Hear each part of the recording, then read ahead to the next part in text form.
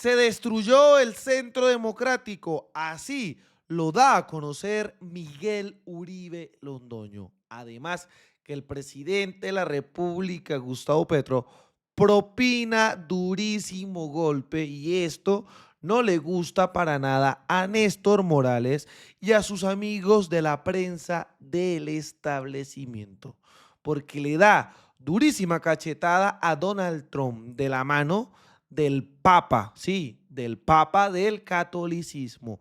Así que iniciamos con lo siguiente, porque esto está cada vez más interesante. Iniciamos. Armando Benedetti. Cuando Gustavo Petro llegó a la presidencia, el salario mínimo estaba en menos de 1.000.000. Este año puede terminar en 1.800.000 pesos y un trabajador gana el 100% de sus festivos y domingos. La clase media tiene que entender que elegir candidatos de la clase alta no los beneficia a ellos. O sea, iniciamos con un salario mínimo de Gustavo Petro de cerca de 950.000, 970.000 y se va a terminar en 1.800.000. ¡Oh, oh, oh, oh! El doble, señores, el doble. Cifra histórica para el progresismo. Por eso hay que seguir dando la pela, hay que seguir dando la lucha por este tipo de dignidades que hace que mejoren la calidad de vida del pueblo colombiano. El proyecto del presidente Petro como gobierno es el mejor que le puede servir a un trabajador en el día de hoy. ¿Cómo no buscar su continuidad? Y lo digo así. Antes de que llegara este gobierno, un obrero ganaba como mínimo menos de 1.000.000 de pesos. Hoy gana más de 1.600.000 y puede terminar este año ganando más de 1.800.000. Casi que el doble. Como ministro, ayudé a lograr que hoy los trabajadores les den el 100% del cargo nocturno, del domingo y del festivo. Además de eso, que los aprendices del SENA tengan un empleo formal y que haya trabajos a términos indefinidos. Si a todo esto le sumas que la inflación bajó, el poder adquisitivo tuyo es mucho mayor. Tienes más plata en los bolsillos para poder gastar más. Además, la economía ha crecido como nunca, el dólar ha bajado. ¿Qué más quieren los trabajadores de Colombia? La clase media tiene que entender una máxima. La clase media tiene que entender que cuando la clase alta pone gobernante es para ellos y no le beneficia para nada a la clase media. Ay, ay, ay, ay, ay. Ojo que esto se va a joder si no sabes diferenciar quién está con la muerte y quién está con la vida. Tremendo, tremendo el mensaje de Armando Benedetti. Igualmente, el de Iván Cepeda Castro, que decía, la manipulación de la imagen por la extrema derecha. Ayer en el debate que suscitó en el Senado, mostré un ejemplo de cómo la extrema derecha manipula y descontextualiza las imágenes de mis labores como facilitador y negociador de paz. De estas 3 fotos, solo ha circulado la primera recortada. No muestran que fue tomada en la mesa de diálogos de La Habana. Juzguen ustedes. ¿Y qué es lo que sucede? Esto fue lo que el payaso de JP compartía y miren cómo manipulan esto. Miren la realidad. Cómo la manipulan. Cómo la manipulan. Un descontexto total por parte de los miembros de la extrema derecha en Colombia, que en este caso a JP Hernández no le fue para nada bien. Incluso el Papa León le da la razón, en este caso, al presidente de la República, pues ¿qué dice? El Papa León XIV criticó el despliegue militar de Estados Unidos en aguas del Caribe y advirtió que su cercanía a las costas de Venezuela aumenta las tensiones y no parece tener como objetivo defender la paz.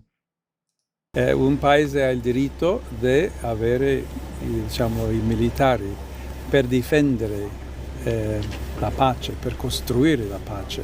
Allora in questo caso sembra un po' diverso, aumentando la tensione appena Cioè, 5 minuti fa ho letto una nuova notizia che stanno dicendo che è ogni volta più vicino alla costa del Venezuela. Penso che con la violenza non vinciamo. E la cosa è cercare il dialogo, cercare con un modo giusto per trovare soluzioni ai problemi che si possono esistere. Un paese ha il diritto. Y el presidente de la República que decía, no se puede manejar un mundo, aparte, a punta de arbitrariedad. La razón, el diálogo y los derechos de gentes deben prevalecer. Tremenda información que debemos compartir. No olviden, dejen su like, dejen su comentario para que toda Colombia siga conociendo la realidad. Tanta realidad que Petro vuelve a meterle tremenda cachetada, en este caso, a los Estados Unidos, a Donald Trump. Porque miren lo que dice el viceministro de Asuntos Multilaterales, Mauricio Jaramillo. Sí. ¿Cómo van los preparativos de la cumbre, señor vicecanciller? ¿Y qué tanto efecto puede tener la cancelación de algunos presidentes? O le pregunto de otra manera, ¿por qué están cancelando la de México, el de Chile, la de la Unión Europea, el de Francia, el de Alemania? Bueno, en cuanto a la primera parte de la pregunta, los preparativos van bien. Acá, como para explicar a la gente, esto funciona por fases. Primero hay una etapa de negociación de los coordinadores nacionales de la CELAC, es decir, del lado latinoamericano y caribeño. Aquí estamos los representantes de los 33 países preparando el texto de declaración y mañana llegan nuestros pares europeos.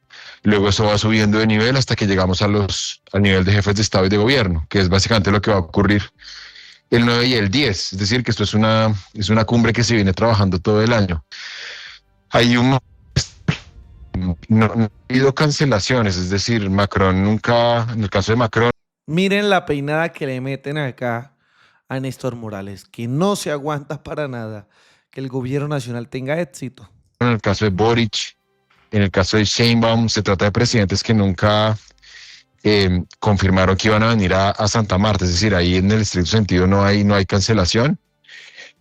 Si me lo permite, en el caso de México, creo que sabemos que desde la época de AMLO, los presidentes mexicanos salen muy poco, viajan muy poco. Es un poco, no sé si la doctrina, que tiene que ver con la doctrina Estrada, la tradición que se está imponiendo desde Morena.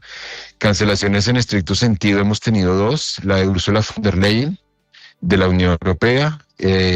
Nos enteramos ayer, cosa que la verdad nos sorprendió porque había habido una confirmación, pero creo que son cosas que pueden ocurrir en cualquier cumbre, que por motivos de agenda se termine cancelando, y lo mismo en el caso de Alemania. Es decir, hemos tenido dos cancelaciones, pero el resto de jefes de Estado, de ministros de Relaciones Exteriores que nos habían confirmado, se han mantenido. Ayer, de hecho, nos confirmó el presidente Lula de Brasil, lo cual obviamente nos pone muy, muy contentos, y tenemos también, Néstor, es importante decirlo, una representación de alto nivel del Caribe. Viene Mia Mottley, primera ministra de Barbados, que es una mujer progresista, una lideresa de la región y del sur global.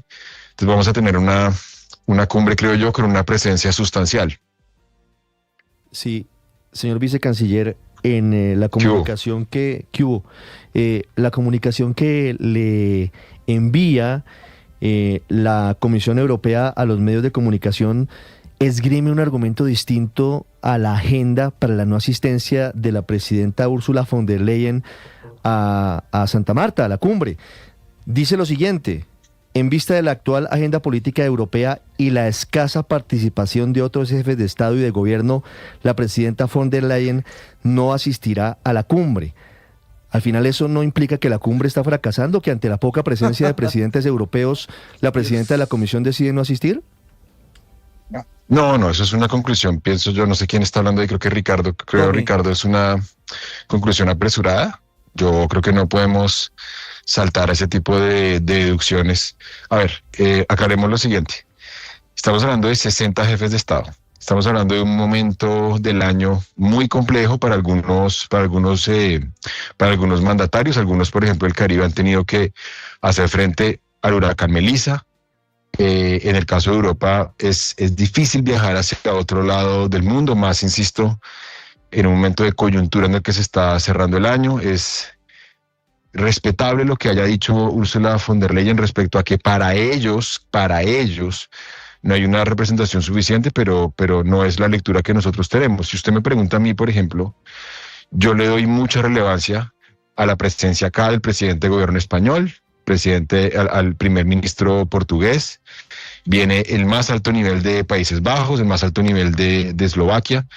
Entonces digamos que nosotros pues discrepamos, obviamente respetamos, tenemos con Europa la mejor relación, pero decir que porque no viene el canciller alemán y porque no viene Ursula von der Leyen, la cumbre es un fracaso, pues a mí me gustaría saber exactamente cuáles son esos argumentos. La cumbre vamos a medirla por cuál es el nivel de profundidad de la declaración.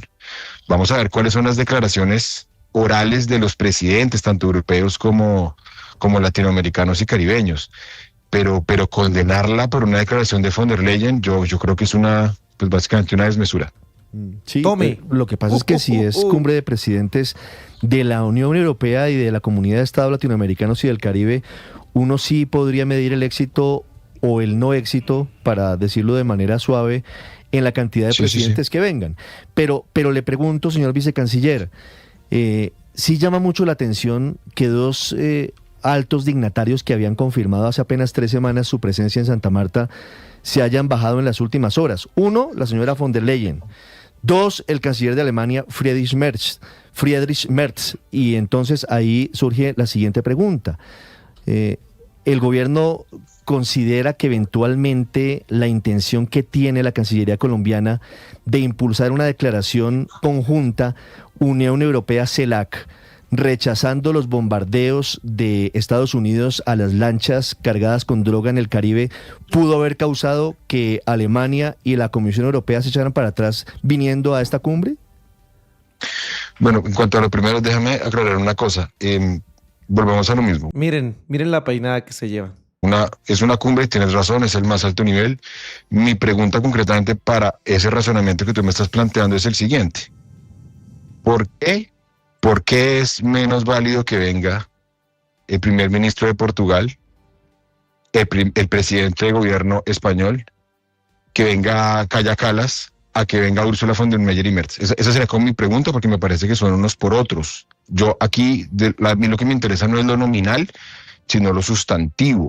O sea, ¿por qué es más importante que no venga el canciller alemán a que, por ejemplo, venga Vía Motley o que venga Luis Ignacio Lula da Silva o Yamandu Orsi? Entonces ahí yo te lo respondería en cuanto a que hay que fijarse más en quién viene y en quién no, aunque obviamente está bien que reporte quién ha cancelado.